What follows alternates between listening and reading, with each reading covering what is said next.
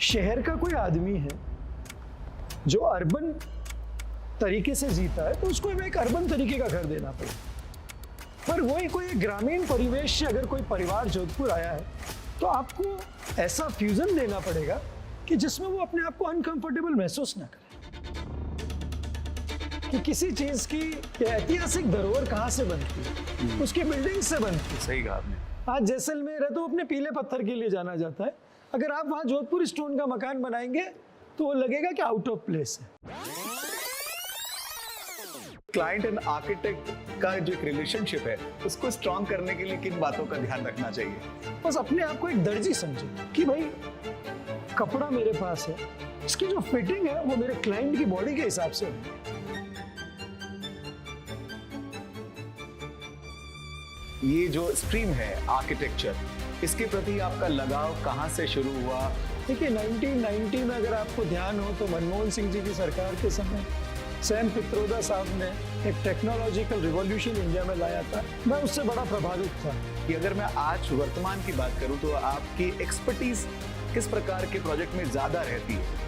तो मेरा जो सबसे फेवरेट है वो है इंटीरियर डिजाइनर के थ्रू या आर्किटेक्ट के थ्रू बनाकर आगे बढ़ना आज भी लोगों को बड़ा एक्सपेंसिव लगता है। तो क्या ये मिथ है या वास्तविकता? नहीं, देखिए ये मिथ है।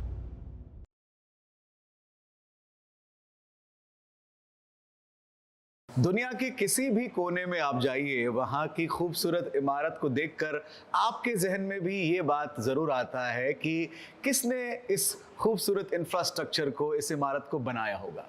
कौन है वो कलाकार जो इतनी सुंदर इमारतें बना रहे हैं?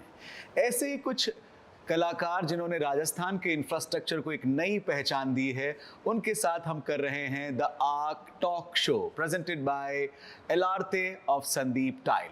आज एक और नए अध्याय के साथ मैं जुड़ रहा हूं हमारे शहर जोधपुर के जाने पहचाने आर्किटेक्ट, और मैं ये कहूं कि राजस्थान या नॉर्थ इंडिया के बहुत बड़े नाम राजेश बोहरा जी से आज हमारे खास मेहमान हैं। राजेश भैया, बहुत बहुत धन्यवाद आपके वैल्यूएबल टाइम के लिए। Thank you for inviting me. सबसे पहले तो मैं जानना चाहूँगा भैया कि ये जो स्ट्रीम है आर्किटेक्चर, इसके प्रति आपका लगाव कहाँ से शुरू हुआ? कोई इंस्पिरेशन थी या कैसे आपने अपने सफ़र की शुरुआत की? देखिए इसके बारे में तो मैं यही कहूँगा कि बचपन से ही मैं इस फील्ड के प्रति बहुत आकर्षित था।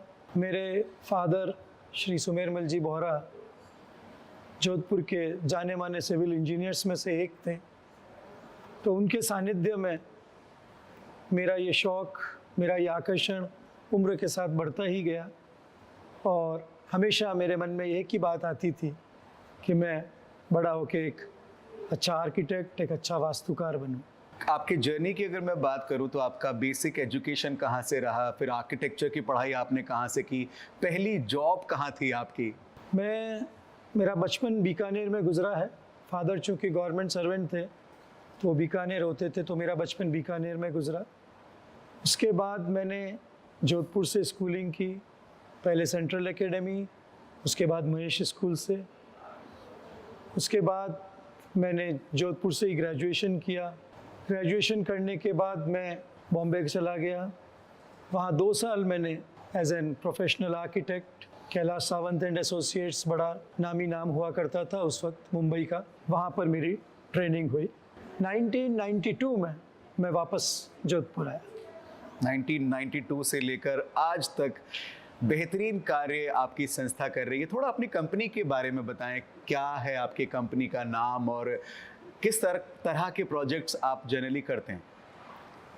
1992 में जब मैं वापस आया जोधपुर जी, तो मैंने यहाँ पर जिस तरह का ट्रेंड चल रहा था, जिस तरह से ड्राइंग्स बनाई जाती थी, उसको स्टडी किया। तो मैंने पाया कि देखिए 1990 में अगर आपको ध्यान हो तो मनमोहन सिंह जी की सरकार के समय सैम पित्रोदा साहब ने एक टेक्नोलॉजिकल रिवॉल्यूशन इंडिया में लाया था।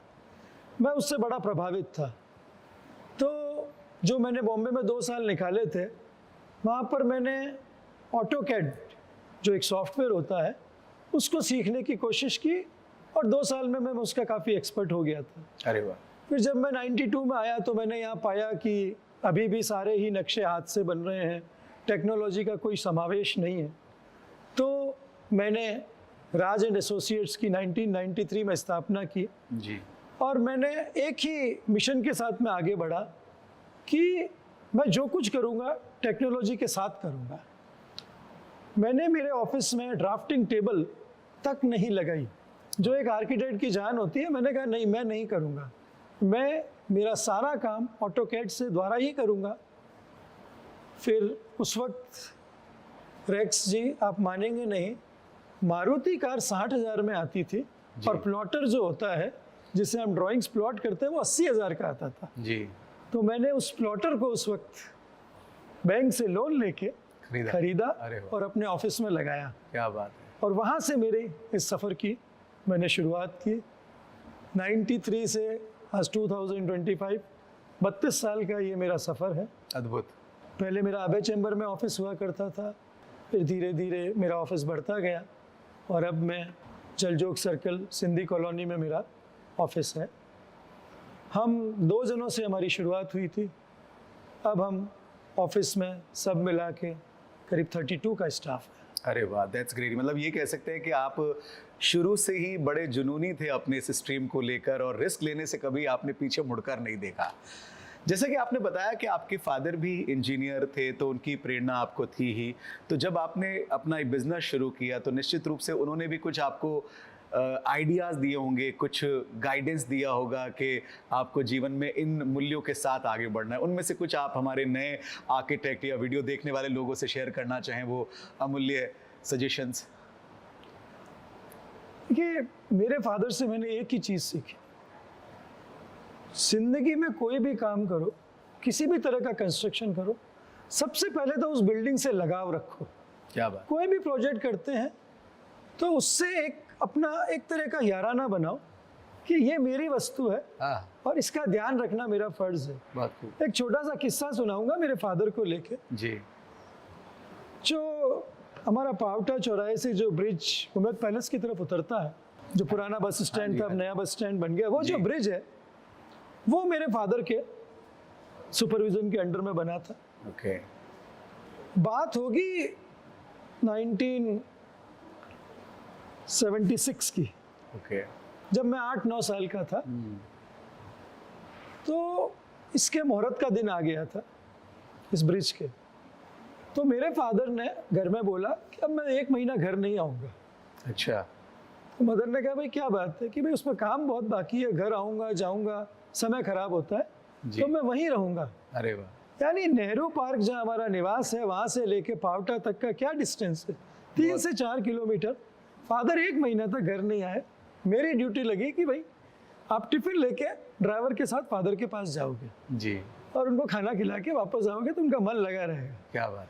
तब मैंने एक बात सीखी कि जो भी काम करना है पूरे लगन और उस लगाव के साथ करना है, डेडिकेशन। और वही मेरी प्रेरणा है। और दूसरा मैं ये कहूँगा कि मैं बहुत खुशकिस्मत हूँ कि मुझे जोधपुर वासियों का बहुत प्रेम मिला। प्रेम से भी ज़्यादा मुझे उनका विश्वास मिला। तो मेरी एक ड्यूटी बनी कि उस विश्वास पे मैं हमेशा खरा उतरूँ। बिल्कुल। और इस विश्वास को आज ही नहीं, आने वाले समय में और उसको आपका जोधपुर वासियों का आपको आशीर्वाद मिले, स्नेह मिले, ऐसी हमारी आपके लिए शुभकामनाएं। मैं, जैसे कि आपने जिक्र किया कि अंकल ने वो पुल निर्माण किया, आज भी आपको वो बात याद है, तो क्या आपको अपना पहला प्रोजेक्ट याद है, कैसे मिला, क्या उसकी खास बातें थी? देखिए, मैंने शुरुआत की थी 1992 में। पहले मैं जालोर से बिलोंग करता हूँ बेसिकली, तो मुझे कुछ जालोर में प्रोजेक्ट्स मिले थे, वहाँ मैंने काम किया था। पर सबसे ज़्यादा मुझे जो प्रोजेक्ट्स याद आते हैं वो जोधपुर के 2 प्रोजेक्ट हैं। एक मैंने इमरतिया बेरा में किया था और एक मैंने लाल सागर में किया था। रेक्स जी स्कूटर हुआ करता था उस समय। तो सुबह 10 बजे ऑफिस खोलना होता था, 8 बजे निकल जाता, स्कूटर पे दोनों साइड को देख के ही ऑफिस में घुसता था। जी, क्या बात है। तो वो एक ज़माना था जी कि जब, और क्लाइंट के चेहरे पे जो खुशी होती थी जब मैं उस साइड पे पहुंचता था 9 बजे, बस वही मैं कहूँगा कि मेरी सबसे सुनहरी यादें। क्या बनाया था पहला, आपने क्या निर्माण ये किया? 2 सिंपल मकान थे, अच्छा, एक इमरतिया बेरा में और एक लाल सागर। और देखिए मैं कितना खुशकिस्मत हूँ कि वो जो लाल सागर वाला मकान है, जिस पीढ़ी के लिए बनाया था, उस पीढ़ी की नई पीढ़ी आ गई, उसी ज़मीन पे वापस नई पीढ़ी के लिए मैं एक नए मकान का निर्माण। अरे वाह, क्या बात है, कमाल है। पर ये सच में आपने सही कहा, ये विश्वास है, लोगों को भरोसा है कि राजेश भैया की जो टीम है, उनका जो काम का तरीका है, मुझे ऐसा लगता है कि जान पहचान से काम एक बार मिल सकता है, 2 बार मिल सकता है, पर अगर आपका काम इतना सुंदर है तो कोई आपको चेंज करने के बारे में या दूसरा ऑप्शन तलाश करने के बारे में सोच ही नहीं सकता। जैसे कि आपने बताया कि इस 2 मकान से आपने प्रोजेक्ट की शुरुआत की, अगर मैं आज वर्तमान की बात करूं तो आपकी एक्सपर्टीज किस प्रकार के प्रोजेक्ट में ज़्यादा रहती है? ये वैसे तो हम जोधपुर में सभी तरह के प्रोजेक्ट्स करते हैं, पर सबसे पहला जो मेरा मेन फोकस होता है, मैं प्रोजेक्ट की प्लानिंग पे बहुत ध्यान देता हूँ। मेरा ये मानना है कि अगर प्लान अच्छा हो तो बिल्डिंग अच्छी बनेगी ही बनेगी। तो मेरा जो सबसे फेवरेट है वो है छोटी ज़मीनें। मुझे जब छोटे प्लॉट्स मिलते हैं, कुछ इस तरह की ज़मीनें मिलती है जिसमें 6 कोने या 7 कोने हैं, तो मुझे बड़ा चैलेंजिंग लगते हैं और बड़ा मज़ा आता है।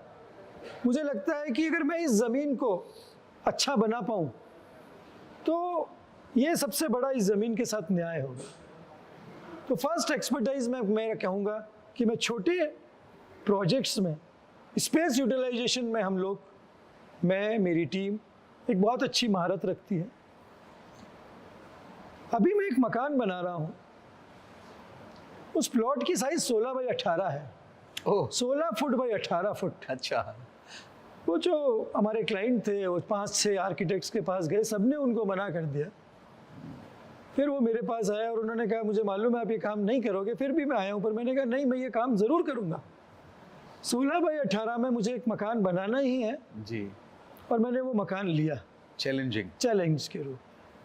सेकंड एक्सपर्टाइज, अगेन मैं कहूँगा कि जोधपुर के लोग बहुत खुशकिस्मत हैं कि उन्हें 2 तरह के सुंदर पत्थर मिले हैं, एक जो हमारा छित्तर का पत्थर और एक जो हमारा लाल पत्थर जी। तो मेरी कोशिश यही रहती है कि मैं अपने प्रोजेक्ट्स में पत्थर का समावेश करूं। देखिए, लोकल मटेरियल का यूज़ मैं हमेशा प्रमोट करता हूं। मेरी हमेशा इच्छा होती है कि हम ज़्यादा से ज़्यादा लोकल मटेरियल को यूज़ करें और हम जो बिल्डिंग्स बनाएं वो इस वातावरण में आउट ऑफ प्लेस नज़र ना आए। हम लोग बहुत, इंडिया, जोधपुर वाले भी बाहर घूमते हैं, हम भी घूमते हैं, तो हमने देखा होगा कि किसी चीज़ की ऐतिहासिक धरोहर कहाँ से बनती है, उसकी बिल्डिंग से बनती है। सही कहा आपने। आज जैसलमेर है तो अपने पीले पत्थर के लिए जाना जाता है।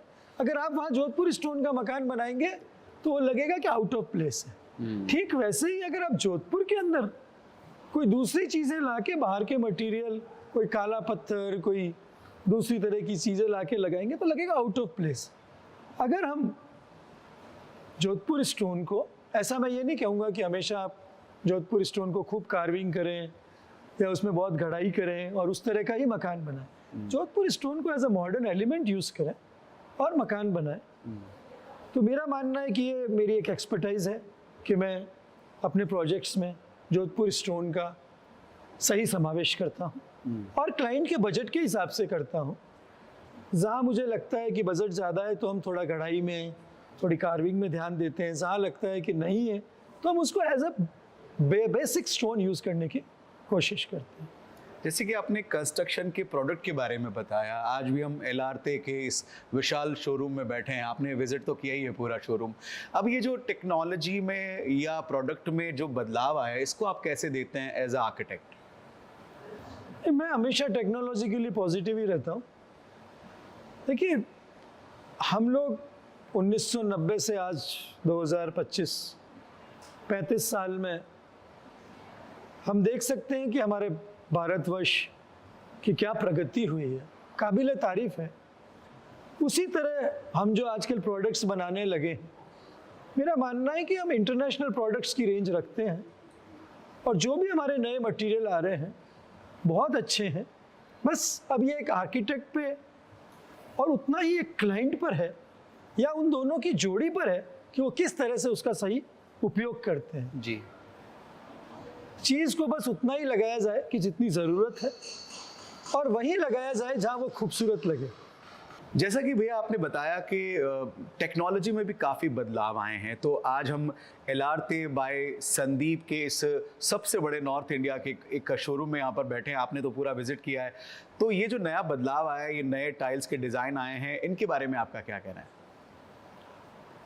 देखिए, सबसे पहले तो मैं संदीप टाइल के दीपक को बहुत धन्यवाद देना चाहूँगा कि जिन्होंने इतनी हिम्मत करके जोधपुर में इतना अच्छा एक शोरूम बनाया, इतना अच्छा डिस्प्ले बनाया, और जो भी आज के मॉडर्न प्रोडक्ट्स हैं वो एक आम जो मकान बनाने वाला है वो देख सके, फील कर सके।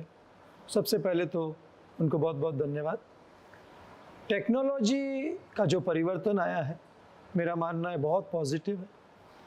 ये रिफ्लेक्ट करता है कि एज अ कंट्री हमारी प्रोग्रेस क्या है, और मेरा ये मानना है कि आर्किटेक्ट्स की एक ड्यूटी है कि जितने भी नए प्रोडक्ट्स आ रहे हैं इनको पहले इन डेप्थ स्टडी करें, डिसाइड करें कि ये किस लोकेशन पे अच्छे लगेंगे,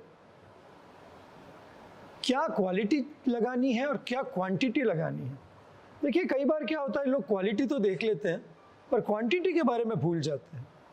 किसी भी चीज़ की अति अच्छी नहीं होती है, तो जब भी वो इंटीरियर्स में या एक्सटीरियर में यूज़ करें तो वो उतना ही यूज़ करें कि जहाँ पर उसका इम्पैक्ट पॉजिटिव है। नए प्रोडक्ट्स क्वालिटी में भी बहुत अच्छे हैं, और हमारी जो टाइल इंडस्ट्री है या हमारी और भी 2-3 जो हमारी इंडस्ट्रीज़ हैं, पर्टिकुलरली अपॉल्स्ट्री है, फैब्रिक है, इन सब में मैं कह सकता हूँ कि अब हम विश्व के अग्रणी देशों में से एक हैं। तो जो भी हम प्रोडक्ट बना रहे हैं बहुत अच्छे हैं, और मैं अपने सभी साथियों से और हमारे क्लाइंट से भी यही कहूँगा कि इसका अपने प्रोजेक्ट्स में ज़रूर समावेश करें। क्लाइंट का आपने जिक्र किया भैया, तो क्लाइंट और आर्किटेक्चर के जुड़े हुए जितने भी विशेषज्ञ हैं, आर्किटेक्ट्स हैं, उनके अंदर भी कई द्वंद्व चलते हैं। क्लाइंट का एक कुछ फेवरेट कलर है, कुछ स्टाइल है दिमाग में, फिर आप उस पर्टिकुलर ज़मीन और जगह के हिसाब से कलर सजेस्ट करते हैं। तो ये जो क्लाइंट एंड आर्किटेक्ट का जो एक रिलेशनशिप है, उसको स्ट्रॉन्ग करने के लिए किन बातों का ध्यान रखना चाहिए? देखिए, यहाँ मैं हमेशा है ना 2 बात बोलता हूँ इस क्वेश्चन पे, मेरी फिक्स है, वो कह सकते हैं जी। देखिए, सबसे पहले तो आर्किटेक्ट सब देखे, सब करे, पर जब प्रोजेक्ट बनाने बैठे, अपने ड्राइंग वर्क करने बैठे जी, तो बस अपने आप को एक दर्जी समझे। राइट। कि भाई, कपड़ा मेरे पास है, इसकी जो फिटिंग है वो मेरे क्लाइंट की बॉडी के हिसाब से होनी है। क्या बात है। तो क्लाइंट को क्या चाहिए इसको बहुत ज़्यादा समझे, तो उससे सबसे बड़ा फायदा आर्किटेक्ट को ही होगा। अगर वो क्लाइंट को समझ के ड्राइंग्स बनाएंगे, 3D बनाएंगे, तो आपका एक या ज़्यादा से ज़्यादा 2 बार में आपकी ड्राइंग अप्रूव हो जाएगी। तो हमेशा ये माने कि whatever we have to do according to the needs of the client, according to what he requires, according to what lifestyle in which he lives. देखिए, शहर का कोई आदमी है जो अर्बन तरीके से जीता है, तो उसको हमें एक अर्बन तरीके का घर देना पड़ेगा। पर वही कोई ग्रामीण परिवेश से अगर कोई परिवार जोधपुर आया है, तो आपको ऐसा फ्यूजन देना पड़ेगा कि जिसमें वो अपने आप को अनकंफर्टेबल महसूस ना करे। तो मैंने कहा, पहले भी मैंने कहा, आई एम वेरी फॉर्चुनेट कि जोधपुर के जो भी क्लाइंट्स हैं उनका बहुत विश्वास रहा, और मेरा मानना है वो विश्वास की मेन नींव यही पड़ी कि हमेशा मैंने कोशिश की कि मैं क्लाइंट्स की नीड्स के हिसाब से प्रोजेक्ट को तैयार करूं। क्लाइंट की नीड, प्रोजेक्ट, और ये जो पूरी आपकी जीवन की एक संरचना है, एक भाग दौड़ है, ऐसे में परिवार को कई बार शिकायत रहती है। जैसे कि आपने अभी थोड़ी देर पहले अंकल का जिक्र किया था कि वो 1 महीने के लिए अपने प्रोजेक्ट पे रहे, तो क्या आपके इस स्ट्रीम से, इस प्रोफेशन से परिवार को भी कभी शिकायत रहती है? देखिए, छोटी मोटी शिकायत चलती रहती है जी, पर कोशिश मेरी यही रही है कि लाइफ में एक अच्छा बैलेंस रहे, एंड आई एम फॉर्चुनेट कि मुझे ऐसी कोई बहुत बड़ी शिकायत नहीं मिली। आपकी फैमिली में भी कोई आर्किटेक्ट हैं आपके अलावा और? नहीं, मेरी फैमिली में मैं अकेला आर्किटेक्ट हूँ और जो मेरे बच्चे हैं वो डिज़ाइन रिलेटेड फील्ड में हैं बट आर्किटेक्चर में नहीं है। They are basically product designer और वो अच्छा कर रहे हैं, मुझे खुशी है। जनरली ये होता है, डॉक्टर का बेटा डॉक्टर बने ये फिक्स नहीं होता है। पर जैसे आर्किटेक्चर बनने की मैं अगर बात करूं, आर्किटेक्ट बनने की अगर मैं बात करूं, तो आप क्या सजेस्ट करेंगे हमारे व्यूअर्स को जो हमारे को लाइव देख रहे हैं? देखिए, आप कोई भी फील्ड चुने, हमेशा ये देखें कि आपको क्या अच्छा लगता है, ये बहुत ज़रूरी है। Architecture is always bye passion. कोई ज़रूरी नहीं है कि आपके फादर आर्किटेक्ट हैं तो आपको आर्किटेक्ट बनना है, जी। या आपके फादर आर्किटेक्ट नहीं है तो आपको आर्किटेक्ट नहीं बनना है। अगर आपको पैशन है, आपको लगता है कि मुझे बिल्डिंग से, मुझे लैंडस्केप से, मुझे हमारी हेरिटेज से अगर कोई भी तरह का लगाव है तो आप डेफिनेटली आर्किटेक्ट बने। और फर्स्ट डे से ही ये ध्यान रखें कि ये फील्ड बहुत डिसिप्लिन और हार्डवर्क मांगेगा।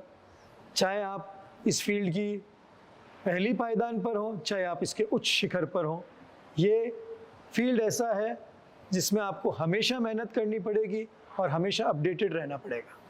बिल्कुल सही कहा आपने कि ये ऊर्जा आपको बनाए रखनी पड़ेगी। जैसे राजेश भाई, हम देखते हैं कि कोई भी आर्ट है, कोई भी कला है, उसे इन्हेंस करने के लिए हमें हमारे जीवन की दूसरी हॉबीज़ को परस्यू करना पड़ता है ताकि वो इन्हेंस हो। तो आपकी अगर मैं ये डिज़ाइनिंग वर्ल्ड, आर्किटेक्चर वर्ल्ड को हटाकर कोई हॉबी पूछूं, आपके शौक पूछूं, तो वो कौन से हैं? देखिए, सबसे पहला तो मेरा शौक स्पोर्ट्स का है। अरे वाह! मुझे स्पोर्ट्स से बहुत लगाव है और ऐसा नहीं है कि मुझे सिर्फ क्रिकेट से ही लगाव है या सिर्फ बैडमिंटन से ही लगाव है। मुझे एज सच हमेशा ये लगता है कि sports has to be a part of one's life और मेरे जीवन का वो बहुत अभिन्न हिस्सा है। कौन सा खेल खेलते हैं आप? देखिए, खेल पहले मैं बहुत स्विमिंग किया करता था। अब जो जो उम्र बढ़ी तो अब मैंने रनिंग और वॉकिंग को मेरा शौक बना रखा है। क्रिकेट, बैडमिंटन और इंडियन हॉकी और इंडियन एथलेटिक्स, इन चारों को मैं बहुत कीनली फॉलो करता हूँ। ओके। मैं रेगुलरली वॉच भी करता हूँ और रेगुलरली इसके ऊपर आर्टिकल्स भी काफ़ी पढ़ता रहता हूँ। That's great. और मेरी हमेशा कोशिश रही है कि मैं अपनी यंग जनरेशन्स को एक बात बोलता हूँ कि अपनी बॉडी को फिट रखें, और क्योंकि फिटनेस से ही आप वर्क कर पाएंगे। Who is your favorite sports person? Sports person उम्र के हिसाब से बदलते रहते हैं।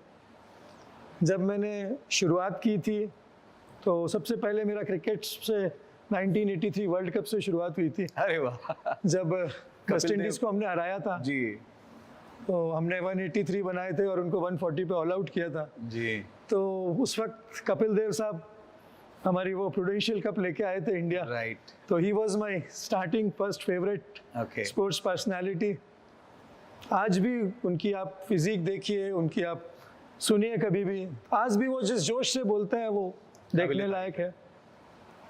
उसके बाद जिसने भारत का नाम रोशन किया, सारे खिलाड़ी, नीरज चोपड़ा, साइना मिर्ज़ा, हमारा साइना नेहवाल, पीवी सिंधु, मतलब मुझे सभी से, चाहे अभी सुनील छेत्री, वो अपना रिटायरमेंट छोड़ के मालदीव्स के लिए खिलाफ हमारे लिए आया। क्या बात! तो वो सब मुझे बहुत पसंद है और मुझे अभी भी मैं उनसे बहुत प्रेरणा लेता हूँ। That's great. तो ये हैं राजेश बोहरा साहब, जिन्होंने अपने जीवन के बारे में हमें बताया। बहुत सारे सवाल है भैया, क्योंकि जैसे जैसे मैं आपके जीवन के बारे में सुन रहा हूँ बहुत कुछ जानने को मिल रहा है। एक सवाल जो मेरे जहन में भी था कि इंटीरियर डिज़ाइनिंग को लेकर, अपना घर इंटीरियर डिज़ाइनर के थ्रू या आर्किटेक्ट के थ्रू बनाकर आगे बढ़ना आज भी लोगों को बड़ा एक्सपेंसिव लगता है। तो क्या ये मिथ है या वास्तविकता है? नहीं, देखिए, ये मिथ है। घर दो चीज से सुंदर बनता है। सबसे पहला, जो मैंने पहले भी बोला, प्लानिंग से। सबसे पहले तो आप ये देखें कि आर्किटेक्ट आपके ज़मीन का यूटिलाइजेशन सही कर रहा है। जब तक आपको प्लान समझ में ना आए, आप आर्किटेक्ट को कहें कि आगे नहीं बढ़ना है। सबसे पहले तो आप अपना प्लान समझ लें, क्या वो आपकी ज़रूरत पूरी करता है। अगर प्लान खूबसूरत होगा तो आपकी काफ़ी सारी मुसीबतें हल हो जाएंगी। दूसरी बात, क्लाइंट के सामने अपना ऑनेस्ट बजट रखें कि ये मेरा बजट है, प्लस माइनस 10% समझ में आती है, इससे ज़्यादा मैं नहीं अफोर्ड कर पाऊँगा और ये मेरा बजट है। आप ये भी ना सोचें कि अब मेरा बजट 75 लाख है, मैं भी 50 लाख ही बताता हूँ, ऐसा ना करें। आप बता दें कि ये लास्ट फिगर है, इसमें आपको काम करना है। फिर आप और आर्किटेक्ट मिलके एक पैसे का डिस्ट्रीब्यूशन कर दें अपने बजट का, कि भाई इस फंड में इतना डालना, इस फंड में इतना डालना, इस फंड में इतना डालना। वो एक बार डिस्ट्रीब्यूशन हो जाए, फिर मेरा मानना है कि आर्किटेक्ट के सामने भी पिक्चर क्लियर होगी या इंटीरियर डिज़ाइनर के सामने भी पिक्चर क्लियर होगी कि मुझे आगे कैसे बढ़ना है। अगर ड्राइंग्स प्रॉपर होगी तो आधा खर्चा इंटीरियर में आपका वैसे ही बच जाएगा। एक रेख साहब, एक छोटा सा एग्जांपल है कि आपने एक पहले घर में वायरिंग करा ली जी, आपने इंटीरियर के हिसाब से कराई नहीं, फिर जब इंटीरियर का टाइम आया तो आपने तोड़फोड़ करी, आपने इस पॉइंट को इधर खिसका, इस वायर को इधर काटा, तो आपका आधा खर्चा तो वहीं बढ़ गया। सही बात। और फिर आप बता दें, अगर आपका बजट कम है, कि भाई ये 2 रूम मेरे लिए सबसे इंपॉर्टेंट है, तो आप इसमें इतना थोड़ा इंटीरियर ऐसा कर दें और बाकी रूम को मेरा थोड़ा नॉर्मल कर दें। प्लस कलर से, छोटी मोटी पेंटिंग से और बहुत माइन्यूट डिटेलिंग से भी हम किसी भी रूम को सुंदर कर सकते हैं। राज एसोसिएट्स के बारे में एक बात और कही जाती है भैया कि आप लोग अपने सोशल रिस्पॉन्सिबिलिटी को, यानी कि सामाजिक सरोकार को भी बड़े बाखूबी निभाते हैं। जितना अर्जित करते हैं उसका एक पाई आप समाज के विकास के लिए भी लगाते हैं। कई सारे ऐसे प्रोजेक्ट हैं संस्थान के जो आपने पूरे किए हैं, तो मैं चाहूँगा आप हमारे व्यूवर्स को बताएं कि कौन कौन से प्रोजेक्ट आपने किए हैं और ये जो सामाजिक सरोकार के जो प्रोजेक्ट आप करते हैं, इनमें किस तरह का नया इनोवेशन आप देखते हैं। बहुत अच्छा सवाल पूछा रैक साहब ने। सबसे पहले मैं जो भी सोशल वर्क करता हूँ उसकी एक छोटी सी हिस्ट्री बताना चाहूँगा। शुरुआत 94-95 की बात की है। भगवान सिंह जी परियार, जोधपुर के समाज के अग्रणी और मैं कहूँ कि सामाजिक कार्य के लौह पुरुष बाबूजी, उन्होंने मुझे एक दिन बुलाया कि ये देखो, ये 2 रूम का हम एक छोटा सा अनाथालय यहाँ जलजोग सर्कल पे चलाते हैं। अभी हमें सरकार की तरफ से एक ज़मीन अलॉट हुई है और मैं चाहता हूँ कि वहाँ पर हम एक नए ऑर्फनेज का निर्माण करें। तो बाबूजी ने मुझे कुछ छोटा ब्रीफ दिया कि अपन 5 रूम बना लें, एक रसोई बना लें, एक भोजनशाला बना लें। मैंने कहा ठीक है बाबूजी। मैं जिस दिन उस नक्शे को लेकर बैठा, सबसे पहली बात मेरे मन में यही आई कि क्या अनाथालय सिर्फ रूम और किचन और भोजनशाला तक ही सीमित है? अगर ऐसा ही बनाना है तो फिर उसमें तो एक आर्किटेक्ट की ज़रूरत ही नहीं। तो मैंने बाबूजी को कहा, आप 10 दिन रुको, मैं कुछ आपके बच्चों से मिलूँगा, कुछ आपकी जो मदर्स हैं उनसे मिलूँगा।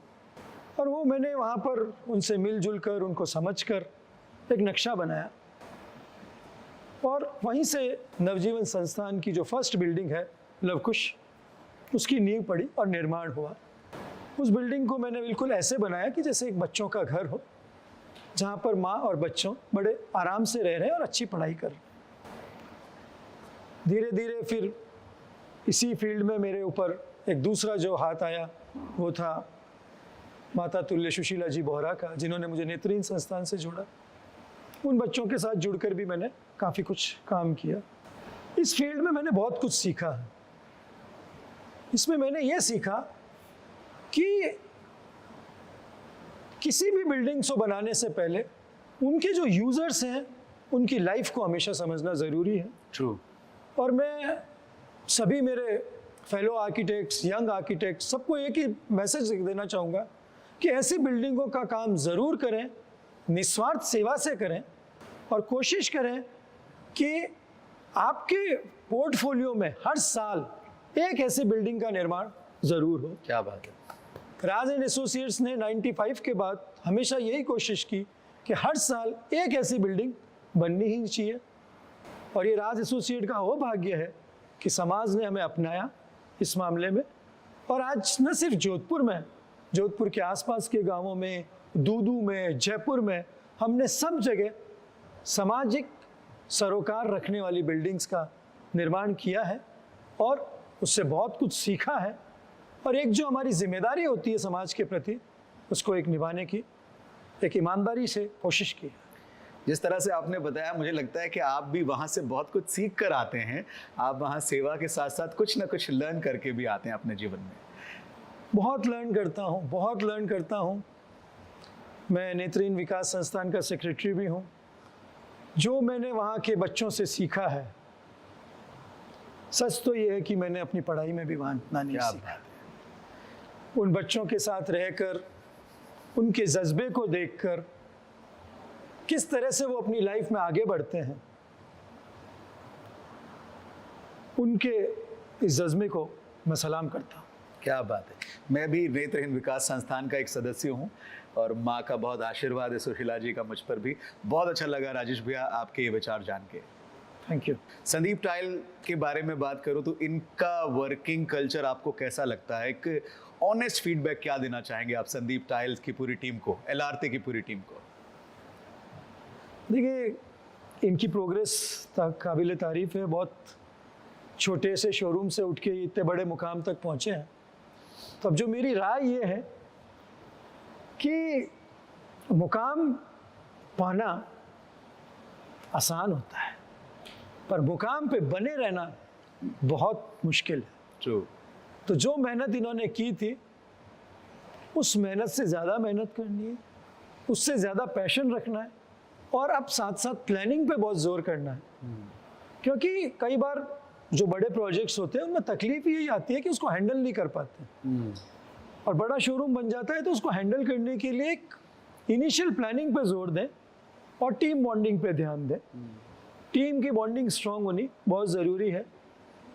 पहले दीपक ने, उनके भाइयों ने अकेले सब कुछ कर लिया, पर अब टीम के साथ ही उन्हें काम करना पड़ेगा, जब भी वो आगे आ पाएंगे। ट्रू। तो बहुत सारी शुभकामनाएं संदीप टाइल्स की पूरी टीम को।